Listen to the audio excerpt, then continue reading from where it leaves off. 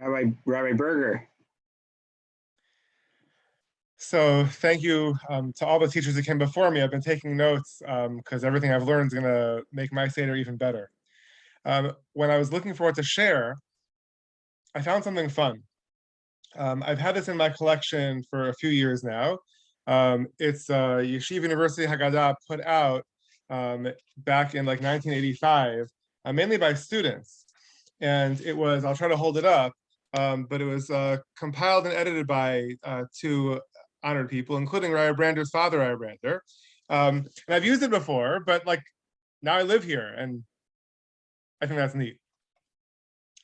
And one of the thoughts I found in this Haggadah, which is in a short little piece by Rabbi Yosef Blau, who I believe still works at YU, makes an amazing point that's powerful to me about the way we say Hallel and the nature of the Hallel that we say at the Seder. So to set it up, I'll just point out that there are many ways in which Pesach is, number one, all about us, the Jewish people, and it's all about remembering the trauma of Avdut, right? You can't imagine, as we're supposed to do, leaving Egypt unless you also imagine what it was like to be in Egypt. And that's the element of the chovah, to see ourselves as if we left Egypt. And the theme of shibud ligula only has sense if we think about the shibud, right? So focusing on the shibud is a part of Pesach, and sometimes we can linger there, especially when we keep in mind the line from V'hisha Amda about the chol dor vador, right?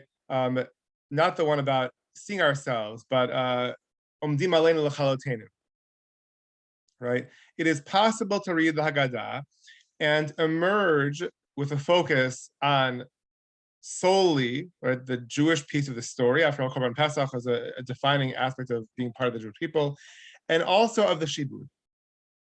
So what Rabbi Blau points out is the way we say Hallel at the Seder is meant possibly to sort of balance that.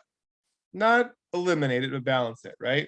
We know that Hallel is split into two parts of the Seder. The first part comes at the end of Magid, and then the second part comes at the very end after all the food, right?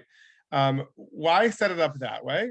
Rabbi Blau points out that the beginning of Hallel mentions more about Yetziat Mitzrayim, right? If you look at the Mizmorim that we say, that say Yetziat Mitzrayim is part of there, it's very much about that one event. Why go on, right? Why not just say those Mizmorim? Why go on? So his answer is that once we're praising God for the single act of redemption, we can't stop there, right? We're like putting ourselves into this frame of mind of more geula and more gratitude. And he also points out that in the machloket about what constitutes birkat hashir that we're supposed to say is part of the Seder, and one answer is nishmat, and one answer is the long mizmor with hodu, that both of those end up being about something universal, right? Nishmat talks about not just the gratitude for God for leaving Egypt or giving us the Torah, but it calls about nishmat kol chai, that every living thing has to praise God. It's about once we enter the mindset of being grateful for one redemption, we almost have to then go on to think about the other things that happen. And those will be not just the things that happen to the Jewish people, but nishmat kol chai. And similarly, in the Hallel Hagadol, where we do also mention, right, there's a reason why it's a possible answer to what is Birkat Hashir.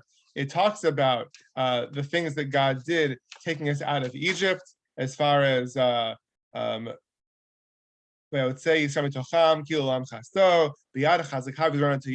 God for all the parts of taking us out of Egypt, but it ends, Noten lechem l'chol basar, ki le'olam chasto. So Rabbi Blau finds in the setup of Hallel and the Seder an insistence, right, that we start with our story and with the gratitude for Yetziat Mitzrayim and taking us from Shibud to Gula, but we go from there to seeing ourselves as part of something bigger. So I take that as something that we should really insist upon ourselves doing, that we cannot ignore the Jewish piece, but we cannot only linger there, right? The Haggadah itself wants us to see our redemption, our gratitude as part of something bigger. And I will just put that out there as, again, is an important thing to do. The balance of the Seder is not just to focus on us and not just to get stuck on retelling trauma, which is important to remember, but then to also focus on the gratitude of emergence and on things that go beyond us. And then I'll just throw out one other thing in a very different note, which is that, so our first speaker, her title I forget, but Ruthie, she shared some extra pieces to do during the Seder to bring it alive. So I just want to share a personal one that I happen to like, which is we do a lot of tactile things, right? We smell and we taste and we see and we hear. We don't always touch. So I like to bring a rough stone to my Seder, and I like to bring some hand lotion. I like to get the feeling of what it's like to feel roughness, and then lotion, we all say, ah, and if that adds any kind of special sensation to your Seder, then go ahead and enjoy.